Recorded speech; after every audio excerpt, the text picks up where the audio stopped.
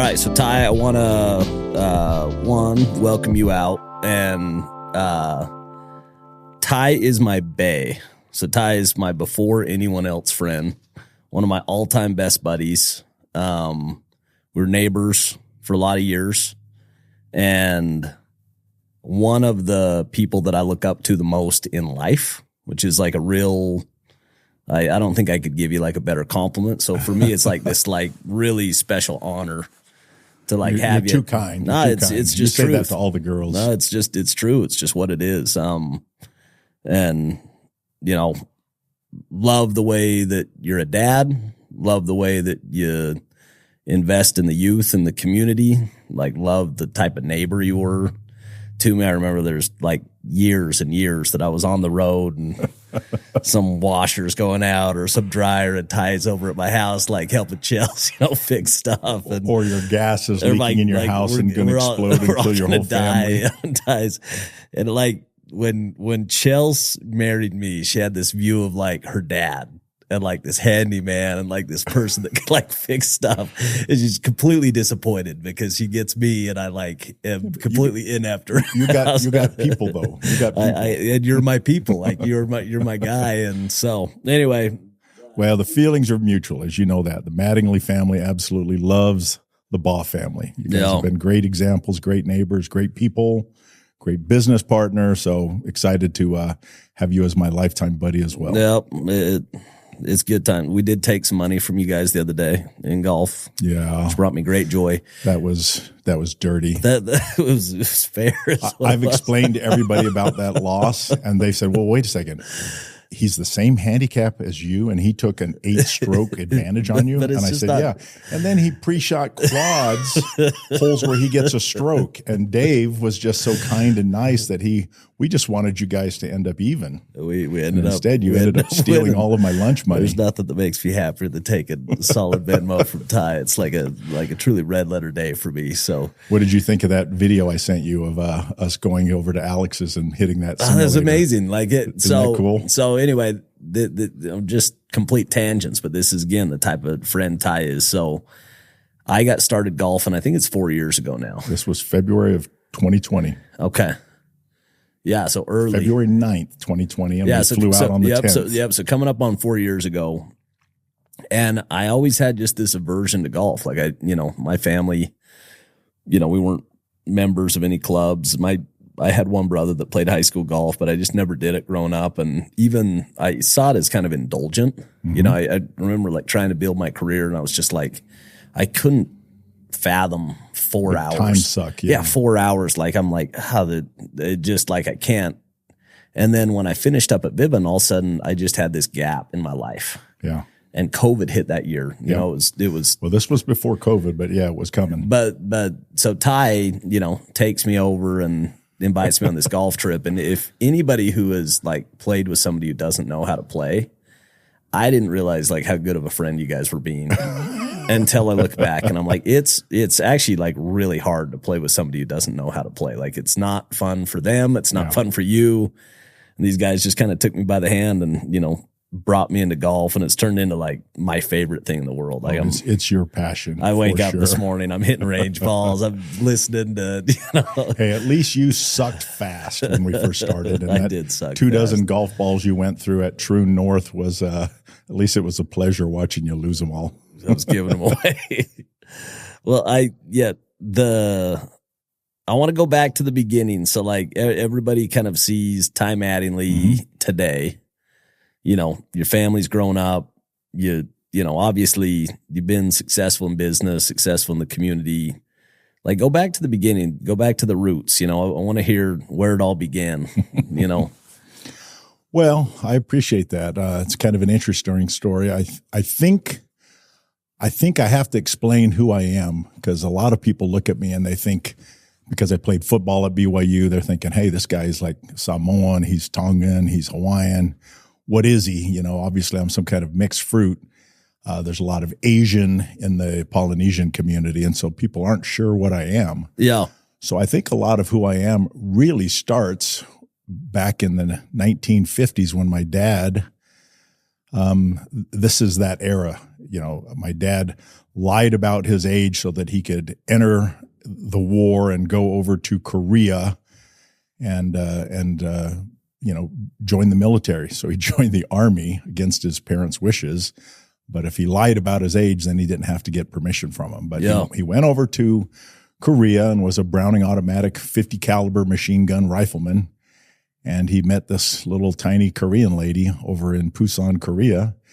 And he ended up marrying her and losing all of his rank, but marrying my mom in 1959-ish. And then I was born in 1962 in Mississippi. But wow. I throw that out there because a lot of my whole existence has been every 2 to 3 years picking up and moving. Yeah. And I moved halfway through my 9th grade year of high school. I moved halfway through my senior year of high school. And those are tough moves. Those are hard years. Yeah. 2 of the hardest years right there. Yeah. But because of that, because you're always having to make new friends, it causes you to get a little bit out of your comfort zone. So it's so easy. When I see people around here in Utah that have grown up and always lived on the same street, and it's not just Utah, it could be anywhere. I'm jealous a little bit about that. But at the same time, when I see them, they're still running around with their high school friends and not much has changed. Yep. I'm grateful because I think all of those experiences have caused me to get out of my comfort zone. Created kind of that emotional muscle. Yeah, exactly right. Because you've always been, you've got to make friends. Yeah, and you've always, was it always easy for you? Were friends always easy? Was it like that, those kind of social gifts? Was that just kind of, no, it always came, or do you have to work at it? No, you have to fake it till you make it. So, you act confident and you act like you're very comfortable and you go and introduce yourself to people and you try and join in on the conversation. But, that wasn't ever super easy. And because I was a member of the LDS church inside of a military world where you went to Department of Defense schools in Germany and Okinawa, there weren't a lot of people that shared my values and religious beliefs. And so you lived all over the world. Well, I lived all over the world. Wow. Asia, Europe, all over the U.S. See, somehow I didn't I know that you've told me that, but I didn't piece it together. I remember the story about living in a trailer. Yeah, no. You invested in some trailers. We're investors in trailers, but I actually lived in one in the 9th grade. So when I moved to Tucson, Arizona, we lived in a trailer for my 9th grade year. So, those are tough moves, not only moving in the middle of your 9th grade, but when you're living in a trailer court in Tucson, Arizona, you're not real high on the socioeconomic Do you think ladder. You think that's kind of where your thrift, just kind of like that thriftiness, that it's cheap. You're not cheap. You have nice things, so it's it's not about spending money. Yeah, but you are cost conscious as much as anybody I've met. I'm so cost conscious. Yeah, you follow it. You know what I mean? And do you think that comes from just not having anything growing up? Absolutely. Again, my dad was a master sergeant in the military. He made $16,000 a year. And when we went to McDonald's on a big road trip, if we were splurging, we could each get one 25-cent hamburger. So that was $1 that we could spend as a family. And no French fries, no drinks, anything like that. So it was just tight. So it was just tight. When you're living on $16,000 a year, you've got to be thrifty. Yeah. You don't eat out. My mom made every meal and it was fantastic. But as a result, even though I have, more than sufficient for my needs today, it's in you. We'll go out to dinner with some of my in-laws now, and my daughter-in-law, we were joking about this while we were down in Texas. She always orders a soda, and I always notice that my kids all look at me when she orders a soda because, hey, my family, you did not order a soda at a restaurant, you drank water, and we're still that way. It's amazing, and I feel badly about it, but you know what? I just can't see paying $3 for a soda. Yeah, you're just wired that way. I'm just wired that way. It's to the core. Oh, it's really cool.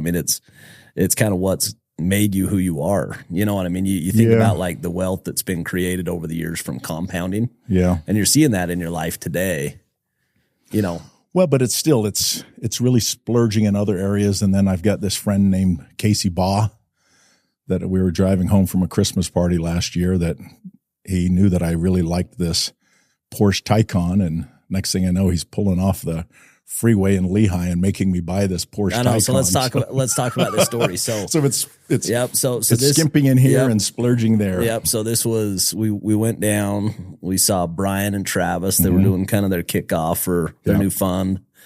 And we're driving back, and you told me, hey, I have this car, and they have it ready, but they, we're getting tight on the price or whatever it is. I'm like, well, let's go right now. And so we pulled off and we go in there, and I just see this showdown, and it's like, bull in a China house. It's like, I'm not going to be moved.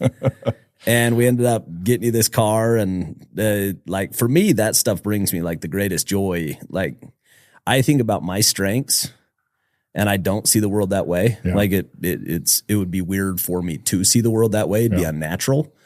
But you grew up very much like me. I know. And I don't know why. Yeah. I don't know why I am the way. Like, my family didn't have a lot, but I've always had a lot. Yeah. I've always had side hustles. I always mowed lawns. Yeah.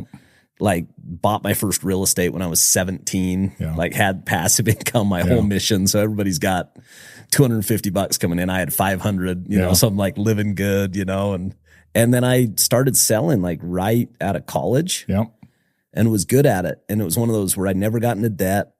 I always, and so started investing early, and I don't know. So I don't know if I've just kind of lived in abundance for a long time and haven't had kind of that scarcity, where I think about people that lived in the Great Depression or lived at different periods of time, and it's just, you don't have any other option. It affects you emotionally at a certain age. And anyway, it's always fascinating to see people's strengths and people's weaknesses and just characteristics and who they are, Yeah, no, I agree. And it's kind of like you and I have sparred over this, that one of my mottos that I try to live life by is less is more.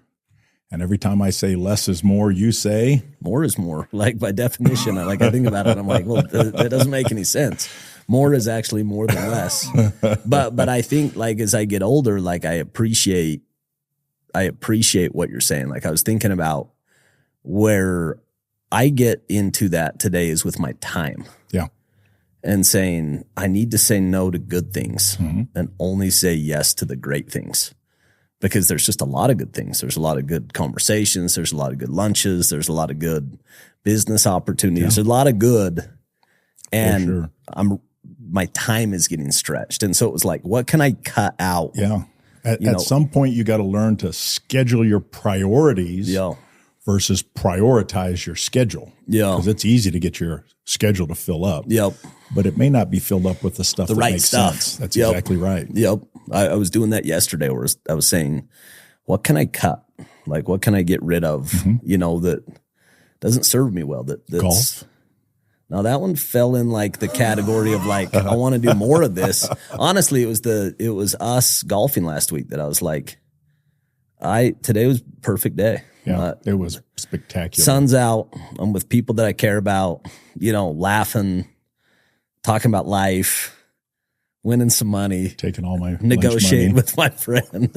And I'm like, that was a perfect day. Like, I need, Can you believe how good the weather was? And it's 27 degrees this week. I mean, there was this, my daughter's best friend, her sister passed away 2 weeks ago. I saw that. She got hit, she was out running and got hit by a car, kind of a tragic accident, young girl. Out in Vineyard, yeah. Yep, out in Vineyard. And anytime that there's some tragedy, it just kind of pulls on your heartstrings, where you just realize, like, life is fragile. Like, it's not guaranteed. It's not fixed. It's like, if, this was my last week or my last month or my last year, like, what are like the things I need to say yes to? Yeah. And say no to more things. You know what I mean? Yeah. No, I don't disagree with you. I get it. But it feels like you've always kind of intuitively done that. Like, you've always kind of found a way to like put first things first. Like, we talk about kind of resource allocation. You allocate resources to your biggest opportunities. Like, I think about your daughter growing up and being in, equestrian type stuff. I mean, that's not a cheap sport. That's a very expensive sport. Yeah. And I think about you even, and we can touch on this, we can go into this, but you making a decision at a fairly young age And I'd love for you to talk about it, making a decision that like, I'm going to go all in on my family and I'm going to go like coach my son's football team. Absolutely. And so maybe go into that. Like, let's go back to, so you're in high school. Yeah. Obviously, good at sports, kind of, go to BYU. What made you decide BYU? Was it your faith? Was it, A little bit of all of that. I mean, the reality is I just kind of oozed along with some of that because I didn't get lots of mentoring from my dad. I got lots of love from my parents. And, my dad was military and he'd walk in the door every day at 5:15 and would go down to the park and play sports, go jogging, play baseball, do stuff like that. And so that's kind of what I got used to, which isn't typical for somebody that's kind of. He was in your life. Yeah, he was absolutely in my life every single day, as well as my mom. So that was really important. But then I had a best friend that I met down there in Tucson that got me out of motocross because I raced motocross, which was a super expensive sport for a master sergeant in the Air Force to support. But yeah, so he convinced me to come out for track. And so I came out for track and started throwing the discus. And then the next year he convinced me to come out for football.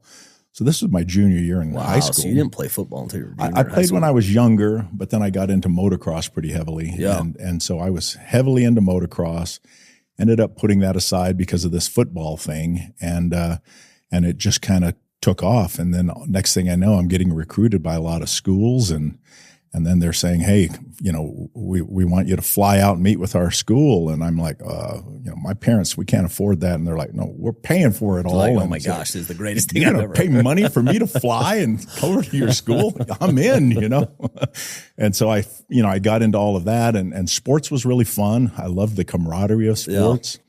And going to BYU was something I always wanted to do because my dad would drive down the freeway and it'd always point out BYU up there on the mountain. And I'd always act like I could see it from the car and I really couldn't. Yeah. But so I've always known that he wanted me to go there. And so because of my religious preferences, I did want to go to BYU. Yeah. And so the opportunity surfaced and I jumped on it and was a freshman in 1980 with, Steve Young and Lee Johnson, Jim Herman, Vice Ikehama, Todd Shell, Gordon Hudson, legends, like all legends, all Americans, kind of 20 guys in my class. I think 11 played in the pros. Wow. 3 first-round draft picks. Wow. So those are, Alabama or better than Alabama kind of numbers. Wow. But there at BYU, I mean, obviously we were very competitive in the early 80s, won the national championship in 84. So all of that kind of really got me feeling a little bit kind of almost bringing out that competitiveness in me. And so then when I started working, I started life out at IBM. Yeah. So maybe slow down a little bit though, because there's some pieces in that. Yeah. What do you think that did playing college sports and not just playing college sports, playing with a good team, with a good coach, with a good culture? How do you think that shaped you for your later years? Yeah, it's interesting. I think, there's some people out there that they want to really recruit people from winning programs. And I think I understand why. And it's because I remember the Miracle Bowl, Jim McMahon, right, where we came back 21 points in the last 3.5 minutes and beat SMU. Yeah. Crazy, one of the greatest comebacks in college football history that not a lot of people know of outside of the BYU world.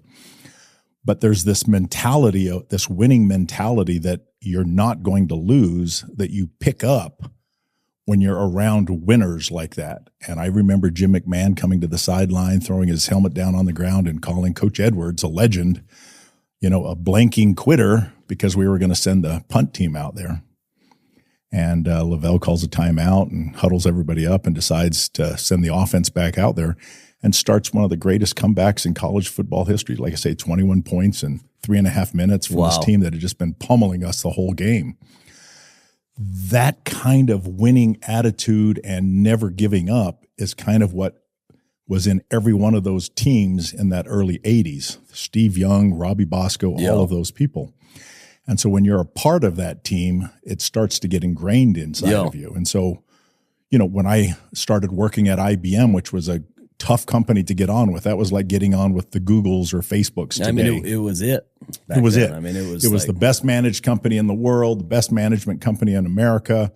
And, I went through my 8 or 10 interviews and finally got an offer there and was so excited to go to IBM. But I did notice that anytime there were competitions or anything that were taking place, I wanted to win. You just thrive. It just that just brought out something juice. Internally where I had to beat everybody else. And I did. I was always the top performer through all the education programs that they did, et cetera, et cetera. And they gave out awards for that. And you got to come back to your office and everybody patted you on the back. You were kind of like just a shining star there, right?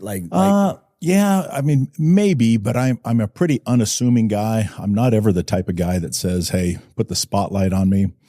But I was pretty dominated competitive. though, right? I dominated as far as there. if I'm senior at that company, I know that you're on like the fast track. I see you coming up and saying, Absolutely. "Hey, this kid is going to be really good for us." Yeah, and IBM, they tried to put me on the fast track there, but it involved doing these little 2-year stints where you're kind of like carrying somebody else's briefcase and being a wiener boy to them, and I just didn't like that, and so I looked around after 5 years, and Novell was killing everybody out on planet Earth, and most people today haven't heard of Novell, but I took an opportunity to jump ship and go to Novell, and then while I was at Novell, same thing. I tried to just go in there and dominate. So talk to me about that, because you've told me this story a number of times about how much working directly with Ray Norda influenced kind of the way that you saw the world. Yeah, no, that's a good point. And even how I got working with Ray Norda. So I was a product manager there, and Novell came out with a new operating system that had 52 diskettes that you had to sit there and load inside of a computer to load NetWare on a computer. And I thought, boy, that's really stupid. And they had these CDs coming out. And so my whole idea is, why don't we go in and bundle a CD-ROM with every box of NetWare? Yeah. And everybody inside of the company said, don't suggest that to Ray. If you throw it out there, he's going to fire you on the spot. Was it just like, was it the culture? Was it like the kind of a yes man culture where? Yes. You get that yes man culture in a lot of companies. Yeah. But I just felt like it made sense. And so I went for it in a meeting, and you just had kind of the confidence, or you just kind of, I think sports gives you that confidence, right? So I felt like I was right. I could defend it financially, numerically, and it made sense. It could create urgency and demand for the first 100,000 people to buy it. So I pitched it in this meeting, and everybody thought I was going to get fired. And instead, Ray Norda thought about it, and he said, I like that. He said, why don't you go to Japan and meet with some of these CD-ROM manufacturers and see if you can make it happen? And so I'm like, hey, and I'm off to the races. Wow. and kind of breaking glass, if you will. And this is all like when you're young. Like you're like a young guy. Yeah, I was only 5 years out of college, so pretty young, but at the same time, I just felt like it was the right thing to do. And That's so cool. As a result of that, sometime later one morning, he just came walking down to my office and pack your stuff up. You work for me now. And I was like, I work for you? Have you talked to my manager about that? And he said, I'll talk to him about it. Don't worry about it. Just pack your stuff up. You work for me. But he liked the fact that I wasn't a yes man. That's why you got the job. I think that's right. But it's that I could back it up as well. And so that started me down that path. But then when you're hanging out with Ray Norda, and none of these guys were trying to meet with me because I don't want to misrepresent anything. I'm a nobody. But I'm meeting with Bill Gates. You're a gatekeeper. I'm meeting with Larry Ellison. I'm meeting with Andy Grove, et cetera. And as an opportunity, you get to see how these titans of the industry interact. Yeah. How do they conduct business? How do you do a meeting with Bill Gates, et cetera? And you see how they do that. And then you start to realize, okay, super smart guys. I don't want to take anything away from them, but they're not that different from me. Yeah. And so it gave me a lot of confidence that, hey, I think I can hang with these guys. I deserve a seat at the table. And so as a result, you grow in your confidence and your ability to go out there and articulate ideas. Yeah. And then, later when Novell missed the internet, so to speak, it gave me the confidence to go out there and approach Netscape, which was the hottest company on planet Earth, about doing a joint venture and pitching these guys on this deal. Went and made that happen. We funded it with $35 million.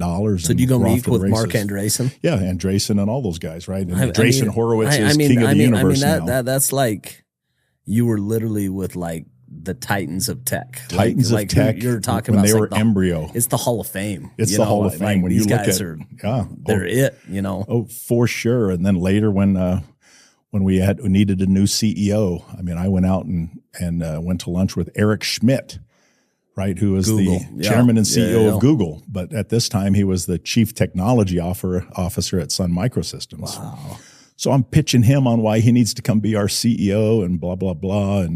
But again, it's all of that time and experience in the saddle before that had me confident, in talking with some of these titans of the industry like that and pitching them on some of these ideas because it made sense. Yeah. If it was just a dumb idea, then they're going to blow you off. I mean, out of any, I've got a million great mentors, but out of any of them that I feel like gets to the point of the issue almost effortlessly, like it's one of your gifts. Like you've got a very kind of analytical mind. You've got a very quantitative mind.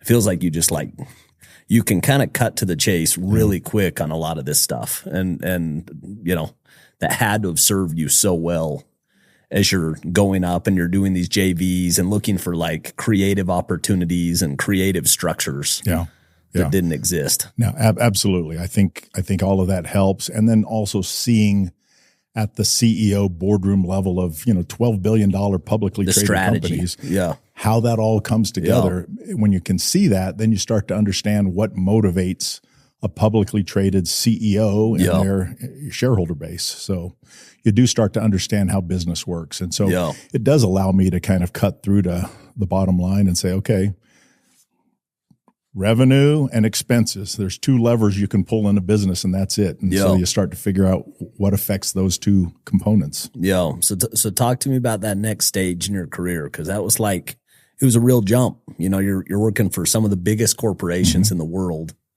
at this point. Like what gave you the confidence to like go out on your own? That's a good question. I was a little bit insecure about it, but I had a buddy that had been out on his own and was quite the risk taker, and he convinced me to leave. Who was that?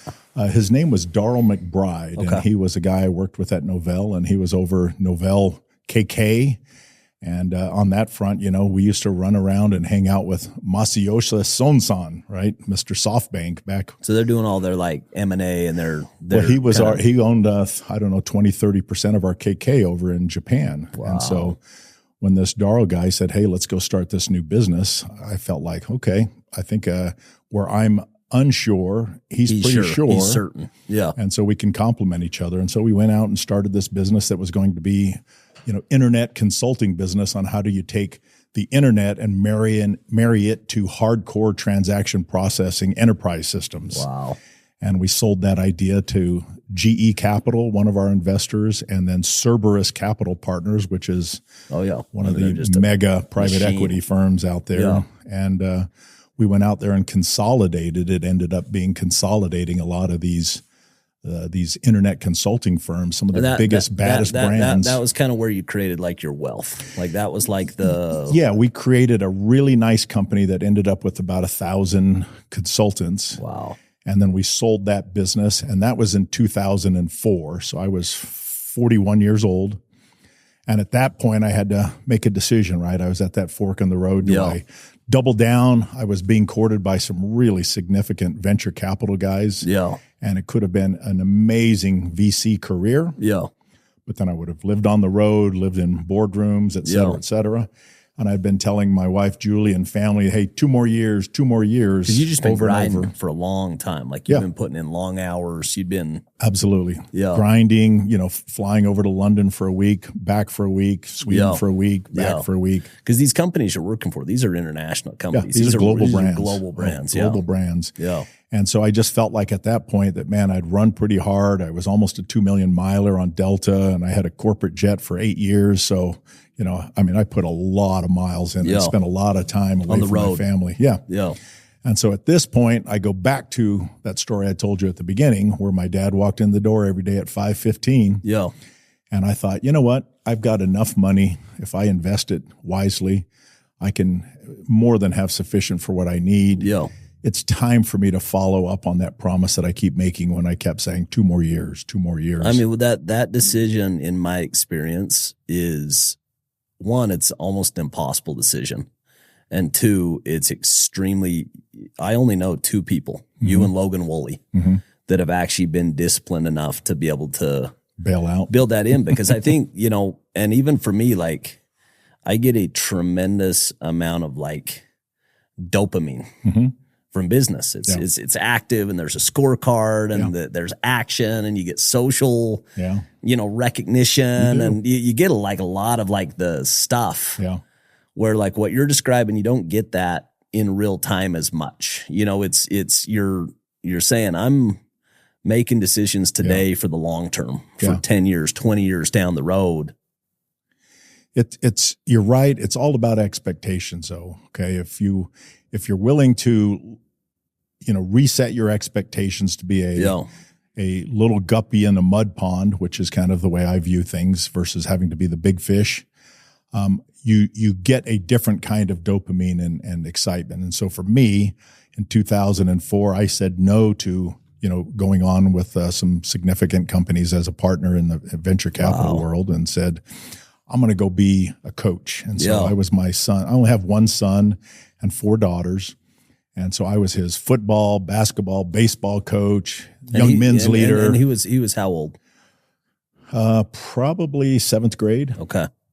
Because I think about that, like that's my age right now. I'm turning 41 here in a couple weeks, and like I think about like me and that, and like that would be such a hard decision, and it just wasn't for you. You just kind of like it wasn't. But again, I go back to my dad walking in the door, and I wanted to be there with my family. I wanted to be there with my kids, and so. You know, my dopamine was different. I mean, my 8th grade football team, we were undefeated Orem City champions. Yeah. I mean, you know, that's pretty exciting. No, it's magical. I've only been a member of 2 undefeated teams in my entire life. That team and the 84 national championship team when we went 13-0. But so you just got to reset your expectations, and the secret of life is expectations. So, I mean, obviously it kind of, you know, takes us down a different road, but talk to me about Julie. Talk to me about kind of your philosophy on marriage, your philosophy on family, kind of, how you think about it, you know? Yeah, no, that's great. One of the things that you and I both have been very fortunate in life is that we married way above our heads in terms of looks, in terms of kindness, in terms of wonderful people. I don't know of a better human in the world than Julie. Julie is fantastic. She is one of the nicest, kindest people, the best wife, the best mother, the best grandmother. She was the best daughter. Like just incredible fantastic. Temperament, you know, like she's always building, always lifting people up. Yeah. Never says unkind things. So she is a gem. And so again, she's one of those people that I kept saying 2 more years to, and you know, she didn't love it when I traveled. And so that made it really hard for me to travel. Yeah. And so that's one of the reasons why I was willing to kind of bail out of the working life and jump into my real personal life, my family life. And again, I have no regrets about that because of all of those things. You alluded to it. I was my daughter's, you know, I helped muck her stall, take care of her horse, haul her horse to, you know, horse shows. And we're off competing with, you know, the Michael Dell and his kids in these horse shows. And we're these little Beverly Hillbillies from, you know, Provo, Utah. So, but those types of experiences and excitement when my daughter wins, you know, a couple of national championships competing with people of that level, and we're from Provo, Utah. It's a different kind of an excitement, but it is the dopamine shot that you get. I'll never forget when she won that, you know, that first national championship, like how exciting it was. To run out into the arena and have your picture taken with her and the horses, and how exciting she is. And you understand this. I mean, how much confidence it gives your daughter to control a 1,500-pound animal and to be able to handle that with confidence. But also like to have her dad be her, you know, biggest cheerleader and best friend. You know, my oldest daughter right now, 15 years old. And it's, you know, one of those things where I'm like, there's something calling to me right now that's just telling me like, you need to spend time. Like you need to totally allocate real time on a daily / weekly basis. And it's calling to me. I can like feel it. I can, you know, and. Well, I think one of the great lies in our culture is quality time versus quantity time. Yeah. I think it's both. And I think it's got to be. I don't think you want to just be in the same room on your phones looking at Instagram. But I think if you can have a lot of time that you spend with them doing quality things, I think it's going to be. But you have to be deliberate with it. You know, when I'm not, I don't get it. You know, I get drowned out by life. Yeah. And unless I like schedule it and just like allocate it, it's just not happening. And I'm feeling that. I'm in that wrestle right now, you know, as a dad. There's a lot of parallels. I mean, with Ava being so into cheer, I mean, you know, our kids my other daughters were heavily into dance and cheer, and Carly cheering at BYU and et cetera. I mean, I would love nothing more than to see Ava cheering at the collegiate level. And I'd become a fan of Weber or wherever she cheered, you know. No doubt. I mean, and that for me is like, you know, so fun. Yeah. But it's easier. You know, I take you take every one of your kids and they're so different. Yeah. You look at the tracks that they went down, and one of them's in equestrian, you know, horses, and the other one's in cheer, and you know, you got Klein that's in sports, and they're all just, you know, so unique and so different. And, you know, I think that's kind of this like beauty of life, is just how like, I'm like, how are these all my kids? They're so different. Well, there's a lot of parallels. I mean, you're 41 almost, and, you know, I look at the parallels with your kids in cheer. And honestly, I think that's why me and Chelsea are so drawn to you and Julie, because there is a couple generation difference. And so like we look to you guys, you know, because you're further down the road, and we admire the way that you've raised your kids. You guys have like you've got just a really great culture as a family. Well, thank you. You know what I mean? But that doesn't happen by accident. Like it happens by a lot of time. It does. You know what I mean? It does. And good people. And again, Julie is a fantastic mother, and she gets most of the credit. I'm there to help out and do what I can, much like Chelsea is. So talk to me about like your marriage. 'Cause you know, we've gone, I had Chelsea and I did a podcast with Chelsea, which was so fun, you know, just to like talk. Did you tell the truth? Yeah, we did. And it was so fun, you know, just to like, cause we're 18 years this year. Yeah. But you and Julie have got to be what? 35. Yeah. 35 years. Yeah. Like how do you like keep passion in your marriage? How do you keep the magic? 35, like you think half of them are divorce. Yeah. And even the ones that aren't, a lot of them aren't happy. Yeah. But you guys, you know, I think, again, looking to examples, you guys are happy. Like you guys have like, when I see you guys, you're holding hands and you're like happy to be around each other. You know, like how do you keep that magic? Like what are the habits and rituals that you've put into place to keep? Again, I think it's easy when you've got somebody wonderful like Chelsea, like Julie. But I think I don't know that it's something that we have consciously tried to focus on. And it is a little odd because now that our youngest Josie's married and moved out of the house and just had a baby, it's just being Julie again. And so it's a little interesting. It's kind of like you're starting all over again and kinda having to, again. you're having to figure out, okay, hey, what do we do again? What do we do with our time, et cetera? It's not always just running the carpool and running the kids. Half the time she's like, get out of here. Like I need like a little bit of space. You know? She might feel that way. Well, for sure. Like I think about Chelsea, I'm like, she has her life, you know, like she's got these kids and she's got her rituals. Yeah. And just be like, show it up, be like, hey, you know, I'm here, you know, like what are we doing? Yeah. That kind of throws her off, you know? No, I agree. So, you know, it's interesting. We're refiguring all of that out again. Oh, that's cool. But we are, I think, we just went down to Texas for this wonderful BYU Texas football game and went out to the TCU game. So we're doing a lot of trips, spending time together. Bought a nice place down in St. George that we spend a lot of time. And you guys have done that though, right? Like you guys have like kind of your whole life have like said, hey, and you know, it's not just you and Julie, but family. You've kind of said like, we're gonna, you know, I go back to thrift and I go back to you like getting stressed out over buying a drink at a restaurant. Yeah. But you've allocated resources to Cabo things that are Hawaii and like you know, experiences for your family. And so I think it, you know, I think back to this Clayton Christensen book and when he talks about what you value and it's your time, it's your money, and it's your emotional energy. Yeah. And if you're not allocating those things, you don't really value it, and you've kind of done that. Yeah, I've tried to, and Julie's really good at helping focus and keep those priorities straight. Again, she is the best, absolutely the best mother and grandmother. And, sometimes I feel like I'm just getting pulled along on her coattails, right? If I get into heaven, it'll be on her coattails. Yeah, it's the good stuff. But I think it goes back to those priorities. If you prioritize things, well, then that's where you're going to spend your time, energy, and talents, is focused on getting things. If you prioritize your family and experiences with your family, well, then there's nothing better than going down to the Texas game with Klein and Rachel and hanging out with Sean and Carly and, road tripping it up to Austin and eating great barbecue and going to the disappointing loss, but still it's fun. You're there together. And again, you're executing your priorities, right? Yeah. Which is family and experiences. And those are the types of things that I do like spending money on and doing fun things with. Talk to me about your faith. It's kind of, again, one of those things that I think the older that I get, the more people that I see that either leave their faith or, it becomes less important to them. Yeah. But faith's kind of something that you've always kept front and center. But I think what I've always admired about you is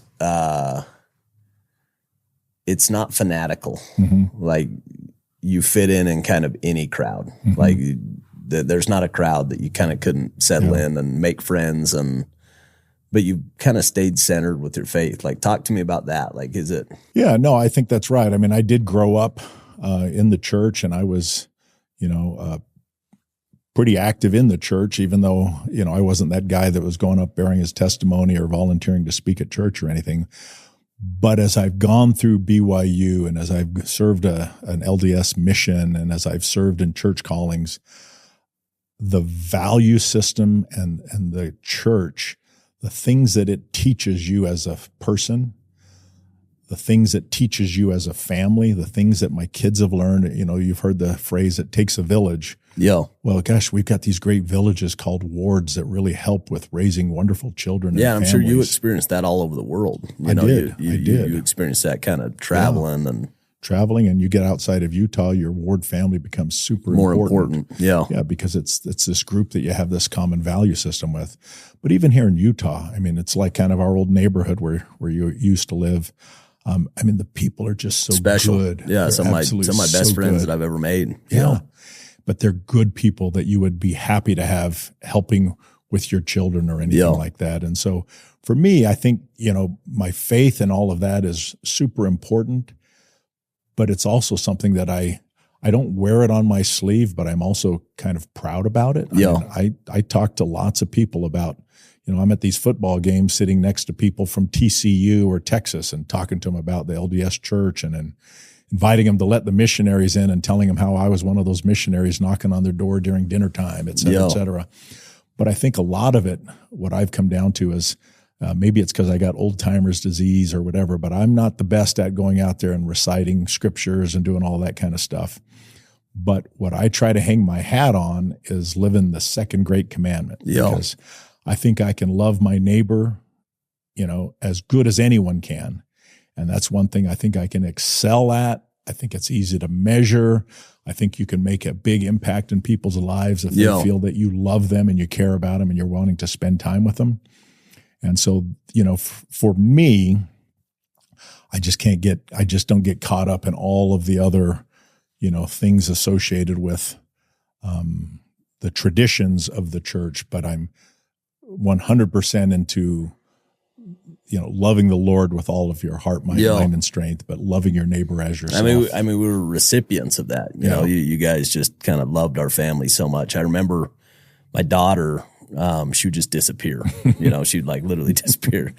And because you don't buy sugar cereal, and we had ours filled with it. My wife wouldn't. She's like kind of, granola. Very particular about like what's in the closet. And my daughter would just be over at the Mattingly's, watched a movie, eating like Fruit Loops. And you're like, where is Callie? It was so great, man. It was like just this special, this special time, and but that's a good example. When we see Callie or any of those people, they know that the Mattinglys love them. 100%. No matter what, is happening in their lives.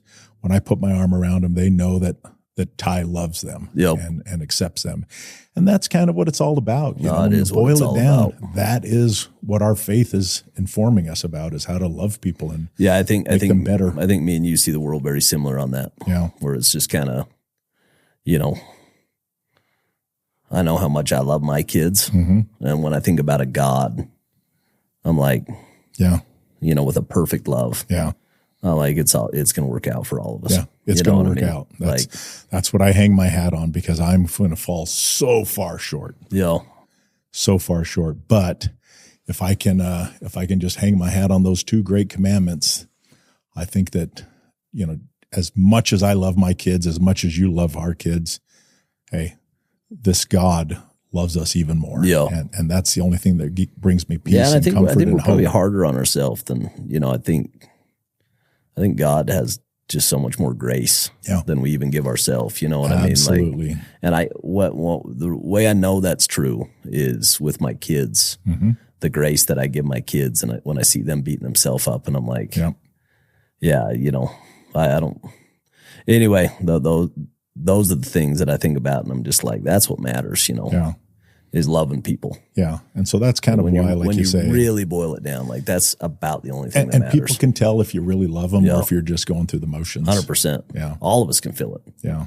Like the disingenuousness or the efficiency, or kind of like, absolutely. You just like, it makes my skin crawl. Like, Yep. Like there's nothing I hate worse than checking the boxes or like being efficient. It's just not where I want to spend my time. Well, anyone that knows you knows that. They feel the love. They feel the support. I don't know how they can, because I do love people. Yeah. You know what I mean? Like I think like leadership, the leaders that I look to, they lead with the heart. Yeah. You know what I mean? Like they're not holding anything back, and they're authentic, and they're real, and they're vulnerable. Sure. It's like, why? What do you have to hide? It's like everybody knows your crap better than.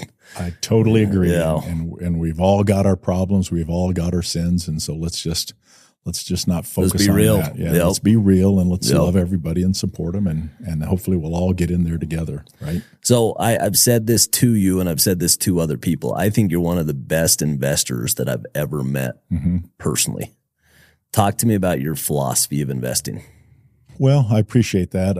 It's changed over the years. I mean, when I was younger, I used to adopt a string of pearls approach, which was, I was taking so many meetings because I was dropping, 100 to 500 grand in just about any deal I saw. And my whole philosophy was to try and create a string of pearls that would be valuable versus trying to go out there and try and find the hope diamond. Yeah.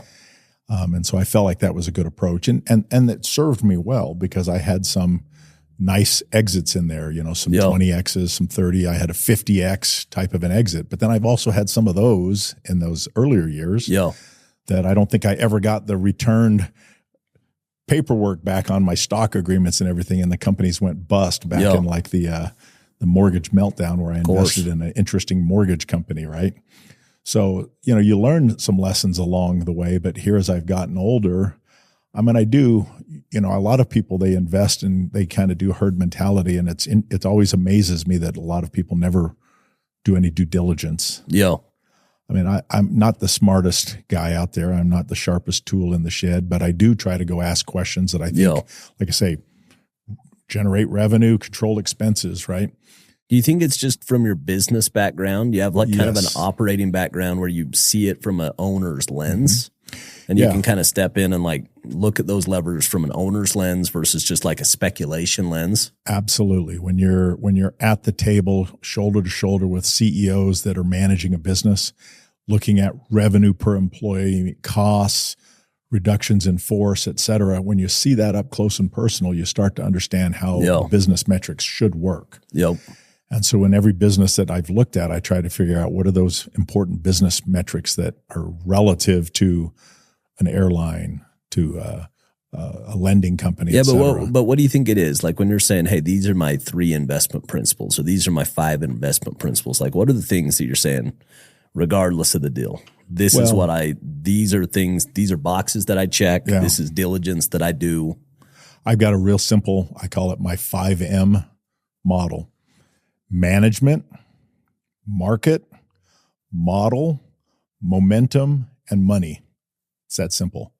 So I start off by looking at the management. I try to do research on those people. I get online. I do research. I look at old companies where they worked. I go to Glassdoor and places. I just try to find out what are people saying what type of people are they? Yeah, what type of people are these guys?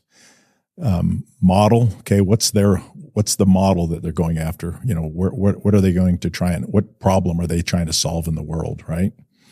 And then I just try to systematically go through those M's and, you know, finish off with momentum and money. You know, what kind of momentum do they have out there? Momentum personally, like the leadership or the company, business. The tailwinds of the business, you know? Their business, what ideas do they have? Are they getting any traction out there? Or is this a company that's about to have to pivot as soon as they get some money, right? Do they have momentum out there in the marketplace? And then money. Okay. What are the economics of the deal? So, I mean, to me, that's almost at the end, because I think management teams, a lot of quality investors will tell you that, hey, they're betting on management teams. Yeah, of course. Because they know that those guys can go out there and make something happen. I mean, when I've won or when I've lost, most of it boils down to the management team. I think you can put a good management team in a bad market and they still lose. Yeah. But you can put a bad management team in a good market, then they still lose a lot of the time. They can. You know what I mean? A management team kind of matters a lot in that factor. It does, but you're trying to just get those odds a little bit in your favor. Yeah, and so that's why management, market, model, momentum, and money to me is just a simple framework, my little 5M framework that I try to look at these businesses from. And you think you've got as good as you've got because you have so many reps?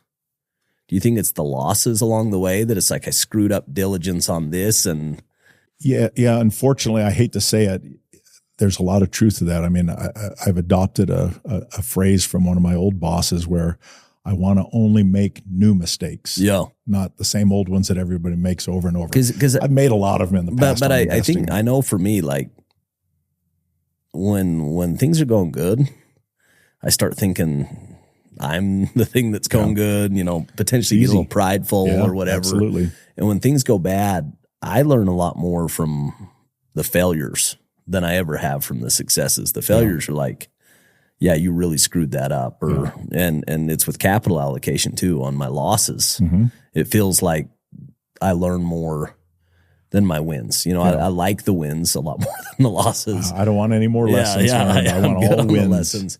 But you've had some tough losses where you feel like you did everything right. When you're thinking about your 5 M's, you check those boxes and there was fraud or there was, you know. Yeah, that's exactly right. Fraud is usually the one thing in there that kind of breaks the model. Yeah, it's tough to figure out. And I've seen CFOs and general counsels go into companies and evaluate the books and it all looks clean. And then at the end of the day, when something goes wrong and you find out that a lot of the contracts were all fraudulent. Yeah, it was fraudulent. We had one of those. It was a medical company. Yeah. And it was literally just every sign was every arrow was go. And the two founders of this one company I'm thinking of in particular, you know, are just finishing their 15-year sentences. Wow. Yeah. So, you know, that's one thing you can't necessarily account for. And and even then they're generally, I think, good guys that got in a bad situation and you screwed up. You start trying to cover it up, and the next thing you know, you're down this path and you're in trouble. Yeah. So, but as I've gotten older, I'm trying to invest now for cash flow. Yeah. I want mailbox money. It changes. Yeah. You're not going to go do something that's going to take 10 years to realize it's almost doing no tech anymore. Yeah. I'd love a 50Xer. I'm not investing with that thesis in mind. What I'm looking for right now is 3 to 5Xers. Yep. Because if I can get a lot of base hits, then I can take the capital that I have prioritizing cash. Yeah, and just keep multiplying it and then recycling it. I'm not a big spender of cash. I know one of my friends told my wife, this is kind of funny. This is Blake Roney told Julie. He said, "Julie, the good thing about Ty is you're never going to run out of money. The bad thing about Ty is you're going to live like you did. But it's again, I'm just an investor. It's not completely true, though. It's not true. I mean, like, but I am, but you know, there's nothing that I feel like I have to buy, and you made me buy that Porsche. So other than that, though, I just try to recycle investments and look for something next. You've always done that. You've always just compounded and let it roll Yeah. and let it roll. And Yeah, because I don't need anything, and you know, I've got everything materialistically that I could really want. Yeah. And so really it's just, you know, having fun, investing in some, you know, cool guys, cool management teams, some cool businesses, and having fun along the way. If you were to go back and sit down with Ty Mattingly, who's 21 years old, what advice would you give yourself? You know, that's an interesting question. And I thought about that a lot. One of the things I have never done a very good job of, and maybe part of it is because I'm a sincere guy, but I've never done a great job of trying to build my Rolodex and networking along the way. If I went back, and I've even, you know, as I go down and talk with some of the old BYU football players or the young current BYU football players, I've told them this. I've said, hey, when you see old gray-haired guys like me standing around at practice, instead of you guys thinking you're all that with them, you should go introduce yourself to them and actually get to know what businesses they're doing. Because if they're at practice, they've probably been pretty successful in life. And when you don't go play pro football, you may want to go call on that guy and have, instead of a cold call, have a warm call where he says. But at things like that, it seems like that's always been a strength of yours. Like you're one of the most networked people that I know. I'm friendly to everyone, but I haven't maintained them. Here's an example. So I get Eric Schmidt his job at Novell as the CEO. Yeah. And one of my last emails from him many moons ago was, hey, I will forever be indebted to you. Do you think I've ever reached out to Eric Schmidt, this guy that's interesting, umpteen bazillionaire today? Yeah. Never reached out with him. Ram Shriram, who's one of these guys, the legend, first $1 million invested in Google and Amazon. Of course, I haven't ever circled back with any of these people. Interesting. And I say that because I just haven't done a great job of networking with them. I'm great. I'm friendly with them. I think they all really like me. But do you think you've missed out on anything in life with that? No, because the things that I would have gotten in life with it probably would have been, hey, come over here and be a venture capitalist. I mean, it's like, hey, come work with me. You know, it's like, and I don't want to do that. I do not want to go out there and live on the road, live at board meetings, traveling all over, raising the next fund. Do you think that's kind of just a piece of like, you always want what you can't have, or it's like kind of the, you know, could be the what if, because it feels like, you know, you got that deliberately. Yeah. You kind of made a choice to go down one road. And by default, it shut some other doors that would have been open really easily. I mean, you had great relationships with those guys. Yeah, but here's an example where it could have been helpful. And it would be artificial to try and reach out now, it feels to me like. But, you know, some of the companies I invested in, it'd be nice to be able to march them right into Google Capital. And, of course. And for everybody to know. No, that makes sense. Hey, this is Eric's buddy. Yeah. So and that's where I think it would have served me better to be a little bit more aggressive about maintaining that contact. Interesting. And continuing to build on that network. Because then as I'm trying to help companies in Utah, and Utah is really elevated in terms of a technical company and investment capital, but I could have probably helped so much more if I had done more of that, if I could have gone and I've had this thought many times, just like Alan Ashton created, you know, Thanksgiving Point and done a lot of great things here. I should have gone out there and tried to get Eric Schmidt and some of these guys to create a fund here in Utah. Invest more in Utah. Yeah. And maybe I would have been willing to be part of that. Yeah. That just tried to help the Utah ecosystem and you've done a lot of that personally. I mean, you've invested in a lot of these companies. I have, but it'd be a lot nicer if I had a big old, you know, $1 billion investment fund here that was focused on technologies that might play in that world and that could support Google or that could support Facebook or whatever it might be. Yeah. Talk to me about like the advice you would give to a young entrepreneur. You know, people are always coming over to get mentorship or get your advice on different jobs or whatever. I mean, what advice would you give to somebody that's kind of on the front end of that journey? Yeah. That's an interesting one because for me, I probably would look at kind of what I have not liked about entrepreneurs. I hate it when they don't have skin in the game. I know there's some guys that get really hardcore about it and want you to have taken out a second mortgage on your home. I'm probably not that extreme, but I would love to I would love to help entrepreneurs understand that you are a steward of this capital and equity. Yeah. Spend it wisely. Yeah.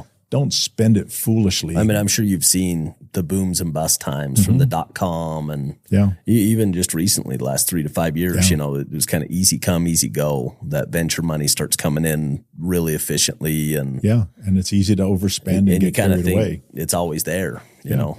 Spend it like you're not going to have any more money, and spend it on really moving the business, because it's so easy to get distracted with spending it on keeping up with the other cool company down the road versus what can I spend this money on that will raise my valuation at the next fundraising event.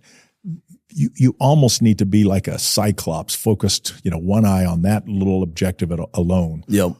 How can I invest and be a good steward of this capital so that my valuation goes from here, X to 3X for the next round of funding that I need? And don't get distracted by everything else. That's what you should be focused on. And if I could get entrepreneurs to focus on that way, versus trying to be cool, I think that they would, you know, there's nothing cooler than having a multi-billion-dollar exit. And how do you do that? Well, focus on creating value add, not all of the bells and whistles and candy that goes along with some of the pageantry of business today. I don't know if that makes sense. No, it makes a lot of sense. I mean, I'm seeing it. You know, I'm also investing in a lot of these early companies, and most of them don't work out. And, you know, if I see mistakes that are probably the most common mistakes, it's the founder eating off the business. And stealing precious resources when it's a young baby, and it kind of starves the business from the time that it maybe needed to pivot 1 or 2 or 3 more times to find that product market fit. To, you know, take off, you know. Absolutely. I mean, and it's so tempting, because it's like the business has cash and I don't have cash, and, you know. Well, you're an investor in my son-in-law Richie Stapler's business, and so I look at that guy's an entrepreneur. I'm a business guy. This is a guy that, you know, would huddle around the table with us every night and try and figure out what problems he could solve, and then he was willing to eat bugs for 2 years and make no money when they started Pura, and then when they got a little funding, he lived on $20,000 a year. Richie and Bruno, I remember. Like, it felt like they checked every box of like what great entrepreneurs should do. I mean, they were so scrappy. Absolutely scrappy. And again, Richie had no job. Bruno was lucky. He had a job and was making money, and he was getting money from Pura. Richie was only living on Pura. And so from that perspective, the early days there, when I saw that, I thought, okay, this is what an entrepreneur is all about, and this guy is going to make this happen. And, you know, they've got a really nice business, and thank you for investing and believing in those guys. A lot of momentum. A lot of momentum. So, great company. He and Bruno have done a great job and built a really cool company, and you know, I hope that has a fantastic future and exit at some point. This will be the last question, then we'll finish up. So, when you fast forward 20 or 30 or 40 years and you're on your deathbed and you're kind of looking back over your funeral, you're looking back over your life, what do you want to be known for? Like what do you want them to remember Ty Mattingly for? Well, I've been enamored by this phrase lately, you know, in a world where you can be anything you want, be kind. That's what I hope to be known for. And I hope there are wonderful people, you know, at my funeral crying, and people are looking and wondering, you know, why is she crying? Why is he crying? Did they know Ty that well? I hope it's because I've touched somebody's life there, and because I was kind and loving, and somehow made their life better through example, through something directly that I did, you know, et cetera. But I think that's what I hope to be known for, is that I was loving and kind, and that I did exemplify, just like you, and live that second great commandment. Isn't that crazy? Like, you think about all the wealth and the cars and the experiences and the homes and kind of all that. And when you really, it boiled down to like, what do I want to be known for? Yeah. It's like the simple human something as simple stuff. as that. Yeah. And it's like, you really say like, that's what matters. Yeah. Were you kind and were you loving to people you came across? Did you make their day better? And all of us know people that aren't, you know, that have just stomped on everybody around them to go get to the top. And well, they say money magnifies your qualities, right? And you can see how money has magnified some people's best qualities. And you can also see where sometimes it magnifies their worst. And I mean, when I think of the people that I admire the most in the world, and again, I've said this isn't lip service. You're on that list of kind of mentors that have really impacted my life and still impact my life. But it's that they have character and competency. That they're good people, but they're also good at their craft. That they take their craft and their profession seriously, and that they pride themselves in doing great work. You bet. You know what I mean? It's not the two. It's not that I'm just happy and kind and do terrible work, or I do great work, but I smash everybody in my way to get there and manipulate, and you know. But it's you do both, and I it's a really hard balance, you know, especially when things get tight or absolutely. You know, it's easy when everything's up and to the right and it's good times all around, but when things get hard, that's where you know you really have to dig deep. That's right. You know. Anyway, I appreciate you coming on today. From the day that I did this, you were on the list of like early people that I wanted to come and document this story and tell this story. And, you know, it's a story that I've known just because we've spent time together and I've heard it, but I don't think enough people know it. Yeah. Well, they don't. Again, I fell out of life pretty early. 2004 is a long time ago. And I have not tried to stay current and stay in the flow of Utah business, but I appreciate the opportunity to sit down and talk with you. I appreciate the friendship, the love that I get from you and the family. And you know, even doing this podcast, I know there's a lot of people that see me walking around or hanging out with you and they're like, who is that old fart hanging out with Casey? I mean, it's like, it's my bae. We joke about this. It's like when there's a golf trip, it's like, who's my hype man? Like, who's been the guy that has had my back every step of the way? And you're one of those guys. Like when I worked at Vivint, you're always just hyping me up and cheering for me and sending over, you know, Sean and people, you know, and you just always like made me feel super special. And when, you know, we kind of went into Sandlot or did these different things, you're kind of the first check. And I know that you didn't have to be. You have 1,000 different places you can give money to, but I took that as more you were, you know, supporting me. And there's just countless people that could say the same thing. That you know, you were that first check for them or the mentor that gave time. And I think it's the good stuff. I think when I look at my life today and when I look at my life 10 and 20 years from now, I'm like, if I can be like Ty and Julie, like if me and Chels can raise a family like that, we did really well in life. You know, and that's what we aspire. We have other friends that fall in that category too of like, we put these up as like, man, we want to be like those guys, great you know, network of people. Anyway, thank you for coming. Kindness and love. That's that common thread that you and I share. And that's why I'm drawn to you and hopefully you're drawn to me. So well, thank you, brother. Mutual Admiration Society. Appreciate you for coming. Hey, thanks, Case.